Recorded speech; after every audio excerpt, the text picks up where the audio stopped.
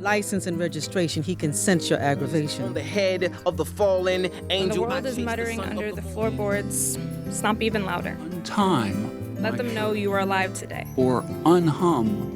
Did you know that your hands came with a ripple effect? Whisper tones unraveling like silk. Blood, sweat, and tears win by any means poetry. Sway, look at me. Is a piece of the pie too good for me? Some may call it rock the mic. We call it poetry.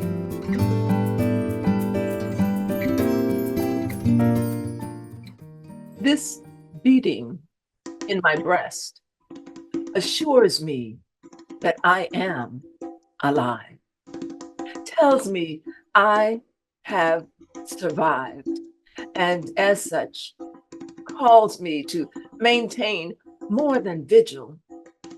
Each vibration reminds me there is work to be done.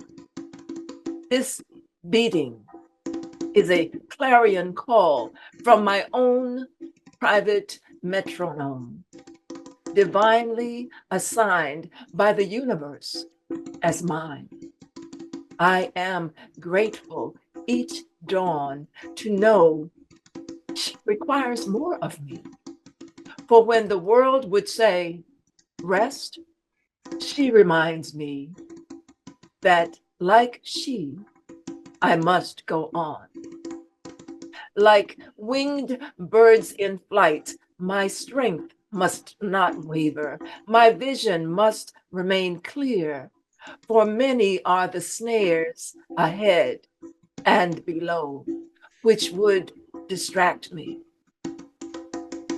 My beating heart yearns not for rest, but ushers me to new tomorrows, restoring dreams rejuvenated by each new breath, tethered to ancestors who held tight despite being wearied, worn and frail, but ever faithful.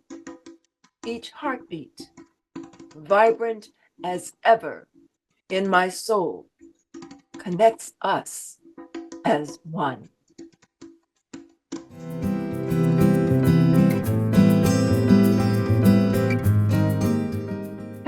Hello, welcome to Sojourn with Words. I'm your host, Sistah Joy, and we are once again bringing the wonderful art of poetry to the viewers of this program. Today we're excited because we have with us none other than Reggie Gaines. And let me tell you a little bit about it. First of all, Reggie, welcome to Sojourn with Words. Thank you so much. Sorry for the difficulties, but it's a pleasure to be here. It's working just fine. We're just excited to have you. I'm excited to be here, and I'm inspired by your poems and the drumming. Thank you so much. That's at a really beautiful tone. Wonderful. Well, let's let our viewers know a little bit about who you are. And I suspect many of them may already know you because you are just like that. But for those who are being introduced, our guest poet today is Reggie Gaines, a Tony Award-winning playwright, Grammy-nominated lyricist, a language arts literacy workshop facilitator, and author of 4 books of poetry. Now, he is editor of the 2015 poetry anthology, A Year in Ink, scored the 13-episode PBS documentary Senior Year, and has served as artistic director of the New York City Downtown Urban Festival since 2007. Now, his latest collection, Circle of Fifths, as in 5, Circle of Fifths, will be published in fall 2024. And his current projects include Tears, T-I-E-R-S, premiering June 2024 at Theater Row in New York. And, as if that's not enough, he is writer, director, and producer of his new musical, The 88, with music by Calvin Gaines. Reggie, do I have it right so far? Oh, you're embarrassing me. No, no, not at all. Let's see now. Was there a commissioning for you to write a play about the dynamic activist and award-winning playwright Amiri Baraka, one of America's most? Oh yeah, we're going. It's already written, It's done. and we're going Okay. through. We're going through the red tape now, trying to clear this and clear that. And I mean, that was a mentor of mine, so it's not like I don't know. I didn't really know him, and I know, I still know Amin. I know Raz. So, Okay. but it's the red tape. There's always a red tape with either the New Jersey Pack, whoever. There's Oh, always red tape. well, we want to hear a little bit more about that for sure. So, Reggie, first of all, again, thank you for taking time out of your extremely busy schedule to be with us here on Sojourn with Words. Just the limited, and trust me, viewers, that what I've shared is a limited peep into who this incredible arts-based individual is. Reggie Gaines, I want to talk about, well, because of all the various angles that you approach the arts, how have advances in digital communications weakened the effectiveness of imagery in poetry? Now, Wow, that's what a question. Wow. there's how is it weakened? Because typically we hear so much about technology advancing our ability in the arts, but I've heard that you have some views on how it has weakened the effectiveness of imagery. Talk to us Well, about it. as writers in 2024, because of this device that I'm speaking to right now, I call them brain dead rotation devices. And the reason I say that is because these things are fabulous for information, but most of us seem to be using these devices for pictures and videos and visuals. So if you're a writer in 2024, efficiency and imagery is at the top of the heap because these brain dead rotation devices or the technological advances in digital communication make these devices a writer's enemy or opposition.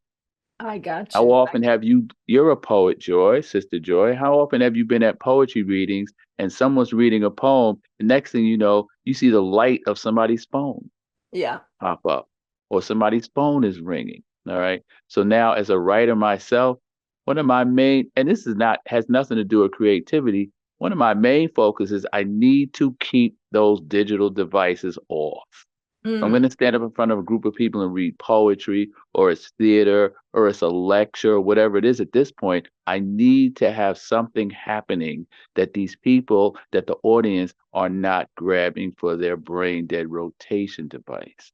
So these things are a true writer's opposition because today, 2024, if you're not efficient and you are not creating word pictures that create cinematic experience for the listener, you're going to be kind of like on the outside looking in. And that's just my opinion, but that's how I attack. So now when I'm writing, I have to really keep that in mind. It's in the forefront of my mind. Like how I do not want anyone pulling out their phone.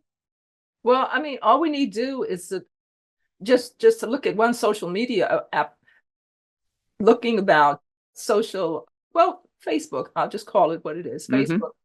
If your post does not include a visual, the likelihood is that it's going to be bypassed. So that you're absolutely right. You're absolutely right. So I get your point. I get your point. As a writer, that is a must for us to be able to engage. So it is a challenge, but we have to deal with technology because it's certainly not going anywhere. Okay. No, it's not. It's Okay. not. Talk about the proliferation of stories about Black culture being told by people who don't look like us. Who do not look like us. Well, because they hold all the purse strings.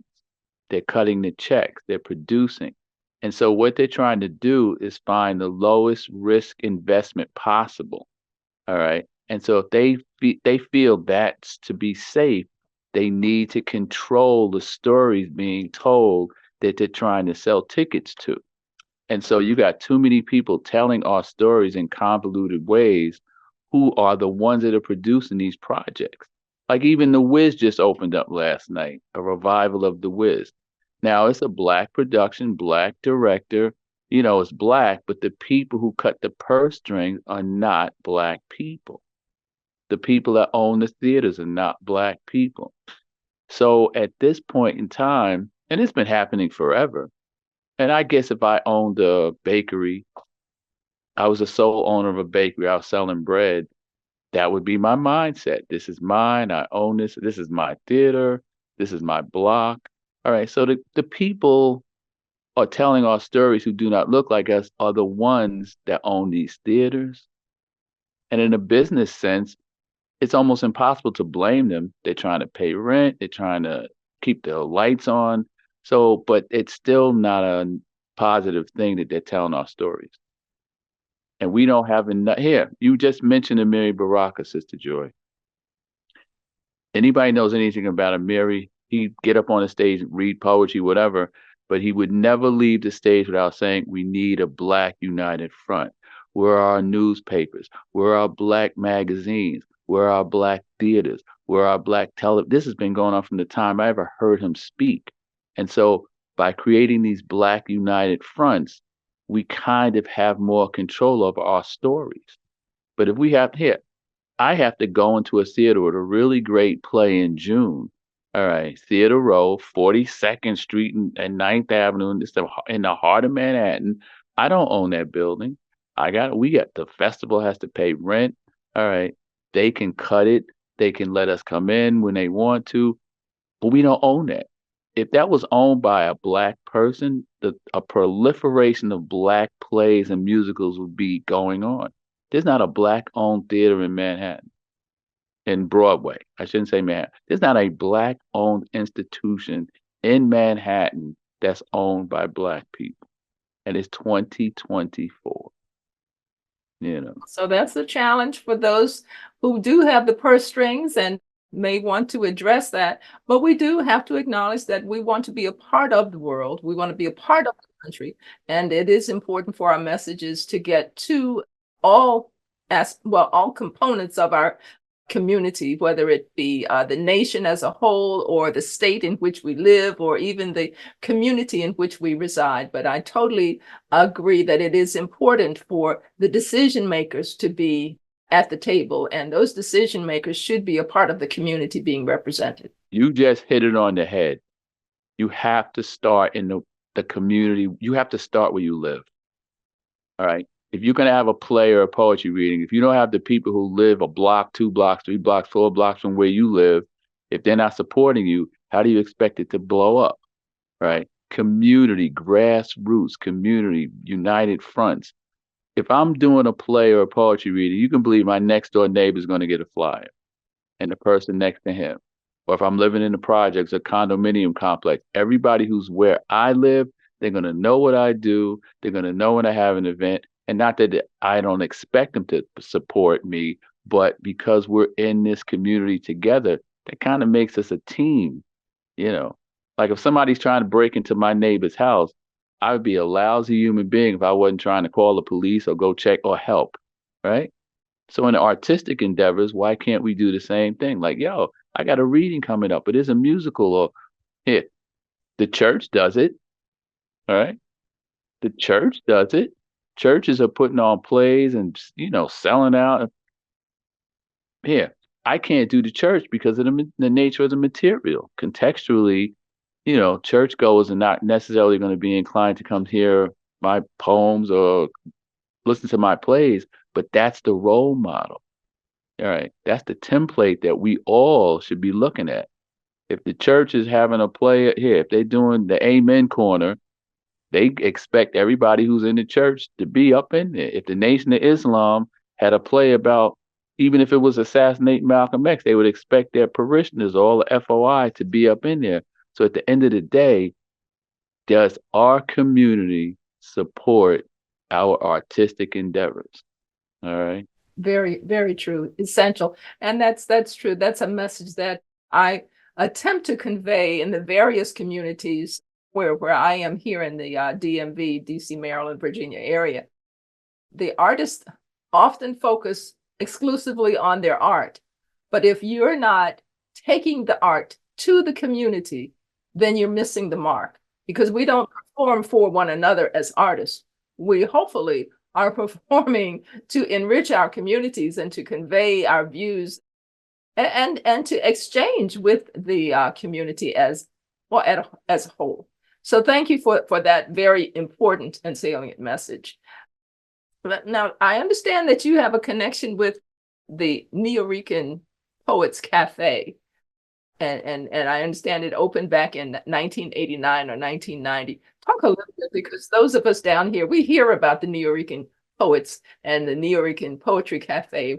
What would you share? Well, let me give you a shout out, because we're having this conversation about Black owned and this and produce that. But look at what we're doing right here. You've made it possible for me to be sitting talking about my art, my craft, Black people, Black, So this show is exactly what I'm talking about. Like when Sid Fulton said, like, yo, you should try to get on Sistah Joy's show. I said, I don't even know what that is.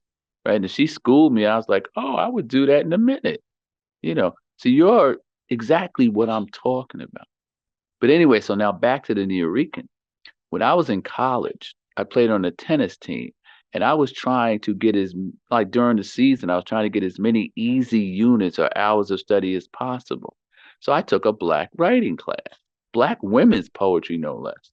So the first day of the class, I walk in the class and Professor Ruth Dixon, all right, she says, the first assignment is to find a poem by a poet whose birthright background differs from yours, learn the poem by heart, then come to class prepared to say the poem and have the poem critically analyzed. So I go in the library and I'm looking, and I happen to come across the 1975 anthology, Nuyorican Poetries, right?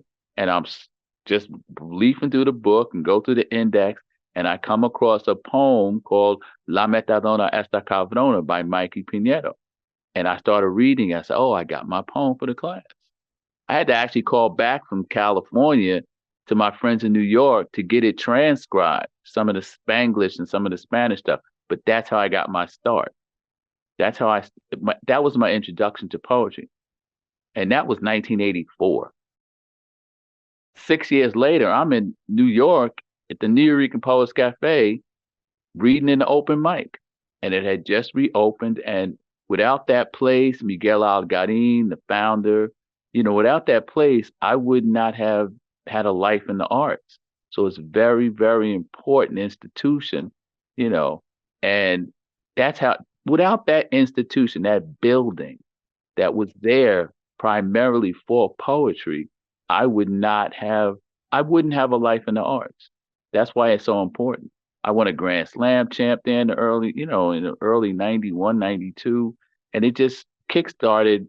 I don't call poetry career, but it's kickstarted my life as an artist.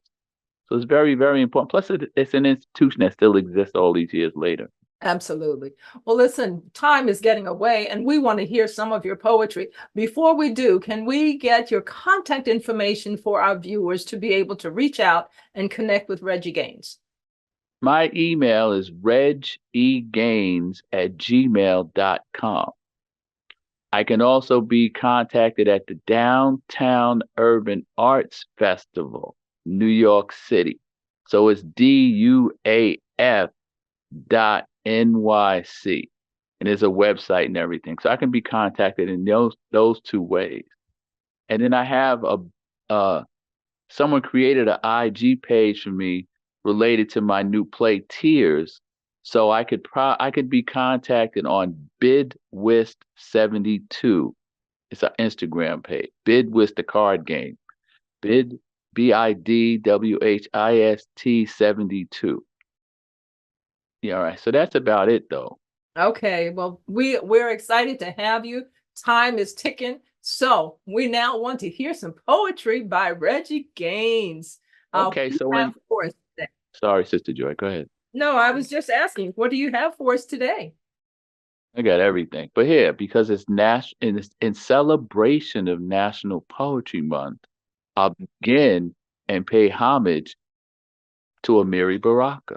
Okay. And we've Okay, only here got we like go. 10 minutes left. So, Oh, well, here, well, I'll do that and then I'll do one of my own, okay? okay, wonderful. But shout out to Amiri.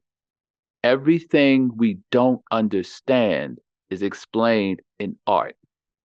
Heart beats inside, spirit courses in, out, a circling translucency pumping Detroit red deep as the sea.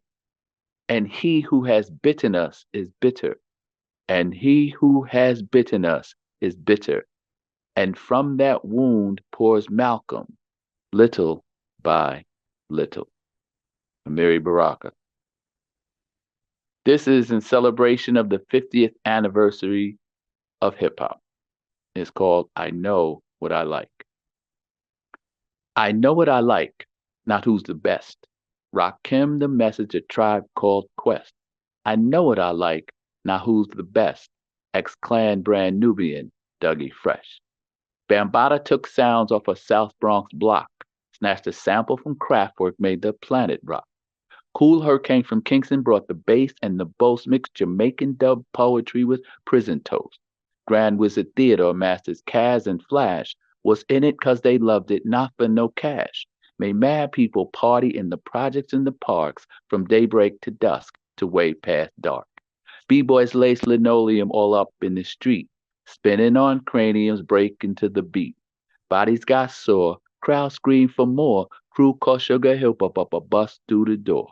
Rhyme was hot, blew up the spot. Public wasn't hip, so it's not like they forgot. Rap came from the Bronx. They hadn't heard the way we mixed the beat. With the word like this, Cool Cat could flow. Curtis Blow, Roxanne, Shantae, was she real? I don't know. Or Run D and J way back in the day taught us bands don't need drums or guitars to play. Music making magic, making money too. All begun for fun, 'cause nobody knew KRS, Kool Mo D, Stetsasonic, De La Soul would much sooner than later be going for the gold. Dash of salt and pepper, a bite of MC Light, and you know that dissing women to Latifah wasn't right. Chuck D and PE said that we should bring the noise, gave me license to ill with the Beastie Boys. Prime Minister in search, playing third base, smacking his for waxing booty with the gas face. Do What You Like by Humpty and Shock. Put a tiny dancer down by the name of Tupac. Diggable Planet with a blowout comb. Biggie spitting lines, 9 to my dome, made me cringe, made me blink. Made me laugh, made me think, grab a fifth of Chris, sit down, have a drink with NWA, Snoop Dogg, Dr. Dre. 'Cause see, I've been to Cali, thanks to LL Cool J, Ice-T, Houdini, The Adventures of Slick Rick, Guru and Premier on that jazz tip. I know what I like, not who's the best. Rakim, the message, a tribe called Quest. I know what I like, not who's the best. Ex-Clan brand Nubian, Dougie Fresh. Oh my goodness. Thank you. Tribute to hip hop for sure. Thank you so very much. As far as now that was your original work right there, right? Yeah. Okay, that was Reggie Gaines, viewers. That was Reggie Gaines. Now, Reggie, you talked earlier about your new production. We've got about 5 minutes left. I want to touch base. Is there something from that you could pull to let them know a little bit about what to expect if they go to that production? From Tears. Yes. Yeah, we're trying to get an exclusive here. Here, let me just tell you, it's a 4-character play. Okay. And it's a period piece. It takes place in 1972 in Jersey City, and it takes place these guys know each other from grammar school, and they're in their early 20s, mid-20s, and they meet once a week and play bid whist, right? But the play is about how young Black males' inability to think before they speak leads to deadly consequences.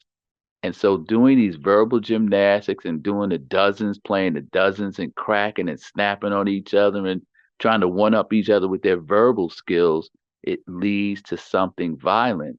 And these 4 friends since grammar school, it turns into a violent ending at the end of the first act.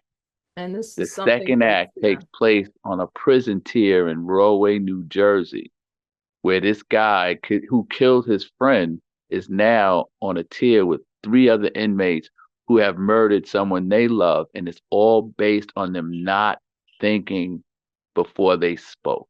right. And that The power verbal, Yeah. hello? The power of word. Yes, yes. Of course. The power of word. And it's hard for me to pull these from it because Okay. it's really, really, really, it's crazy. Okay. But I can hit you with another poem. I was going to say, why don't we get another poem from Reggie Gaines? Okay. Here we go. Yeah, this should really be good. This should be good. Birds are chirping, skies bright blue, plenty. Okay, here we go. Time to try something new that everyone in the world can do. Treat those the way that you treat you. To each new day, a dream come true. Just because the world's gone wrong doesn't give you any reason not to sing this song.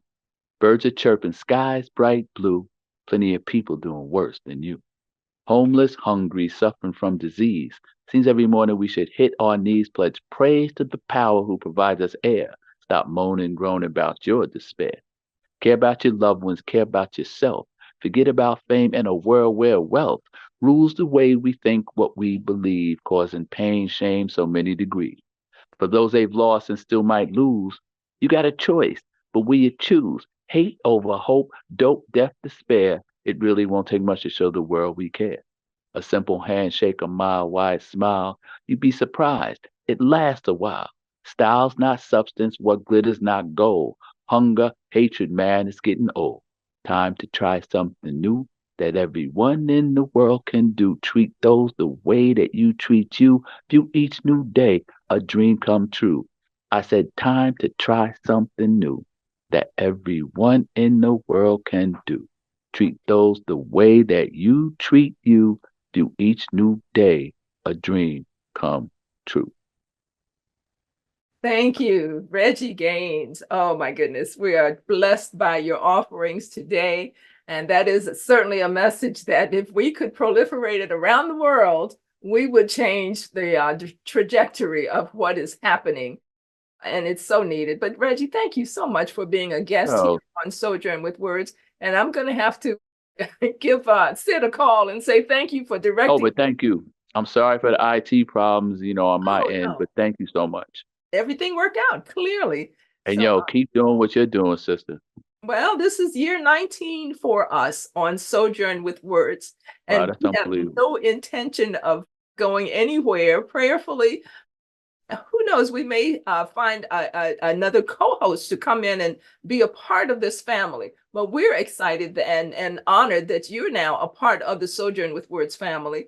Yeah, I sure am. Yes, absolutely. Right on. That's a lifelong moniker now from us to you. You are a part of the Sojourn with Words family. And we're going to be finding ways to hopefully, and this is an idea that I've not put into motion yet, but the fact that we've had poets that brought such dynamic poetry together, we may try to see if poets would be interested in being a part of an anthology, a Sojourn with Words anthology. Just one poem from each. And we've got 19 years of poets. So let's see what we can do to make the legacy something that we can share even in libraries and what have you.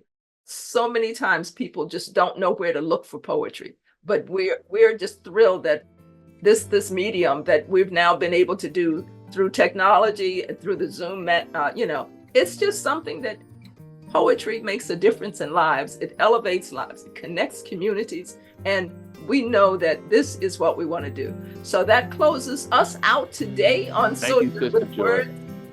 Our guest is Reggie Gaines, and we are right here on CTV out of Largo, Maryland. Thank you so much, and we'll see you next time. Blessings.